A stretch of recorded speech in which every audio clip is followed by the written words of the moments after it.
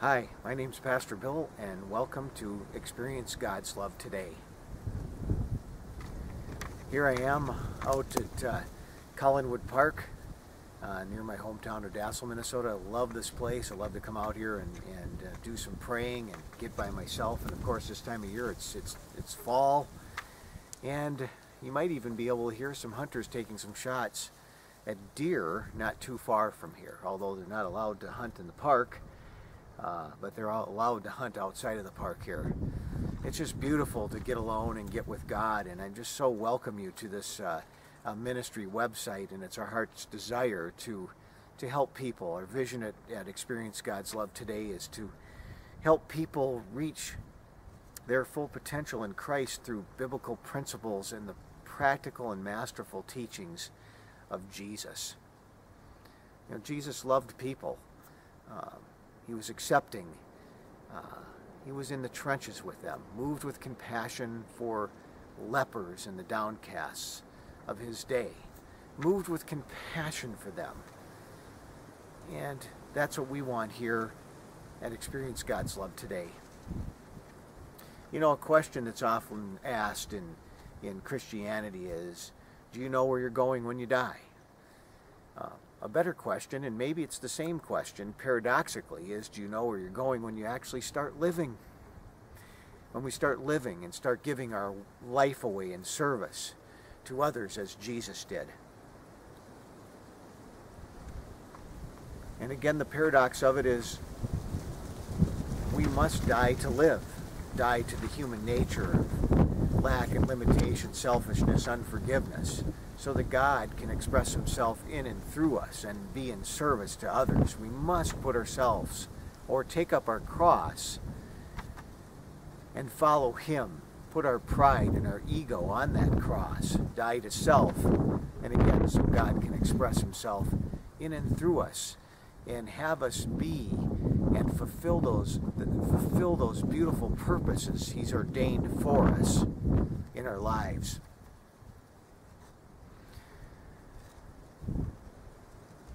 Salvation is just not a destination, but it's a journey of inner freedom that God has intended for us to experience.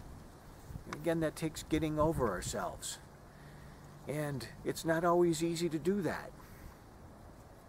As I once heard a statement like this, that someone actually said, I killed my pride only to find it resurrecting to plan its own funeral.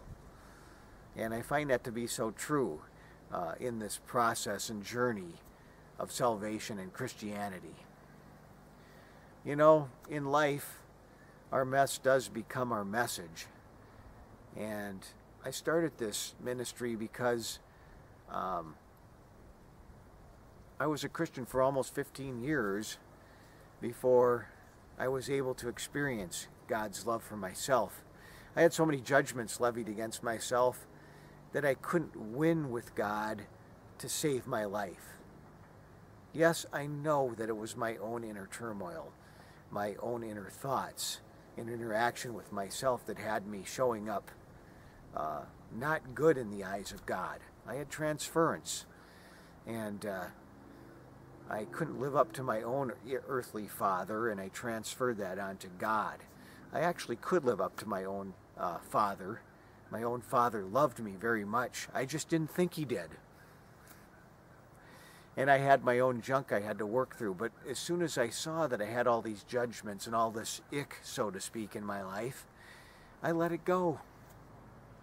I realized that ick is kind of a good word to use in Christianity because we all have experienced it. In fact, I was sharing a message at my own hometown nursing home at the Cokato Manor. And as I was sharing, I was talking about agree with your adversary, or settle matters quickly with your adversary, and do it while you're on the way to court with them, or he'll hand you over to the judge and the judge to the officer, and they'll cast you into prison, and you won't get out of prison until you've paid the last penny. And my 5th grade teacher, Mrs. Melba Johnson, was there as I was sharing. And I just said, after reading that Bible verse, that, you know, if we can't get rid of or let go of our judgments that we have against ourselves and others, life shows up icky.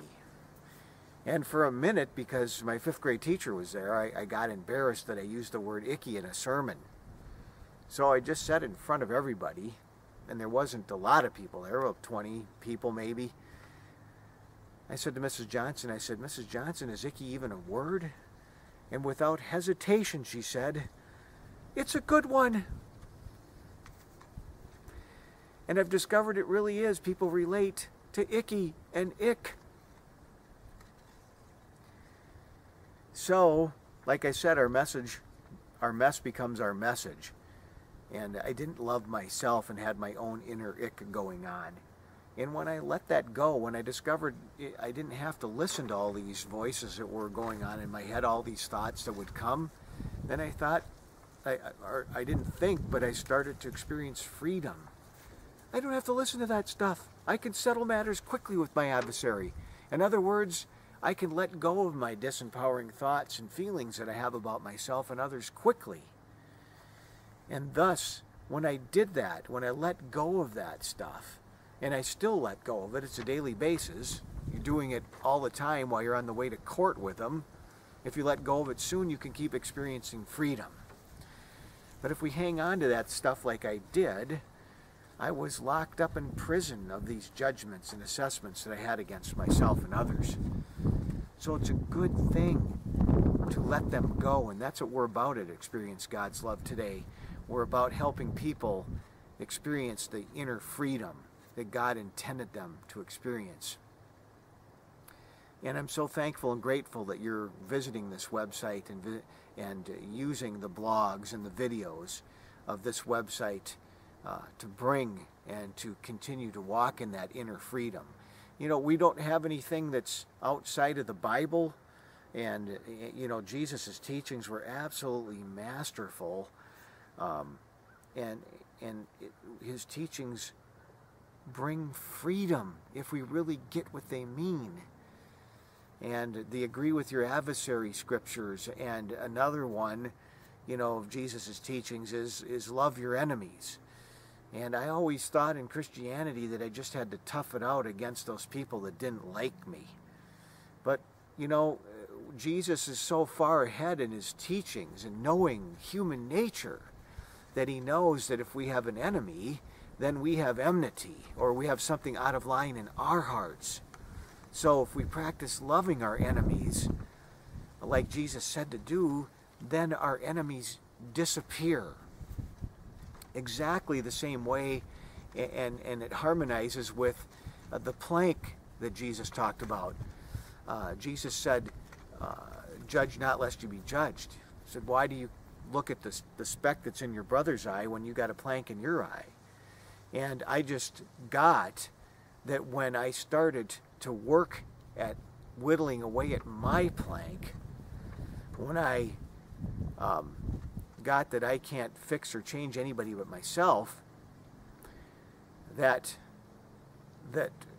others changed before me. So when I share that message, I'll say that, you know, Jewish rabbi said 2,000 years ago that one should work on getting the plank out of their eye. And since I've been working at whittling away at that plank, the speck that looms so annoyingly large in your eye has suddenly disappeared.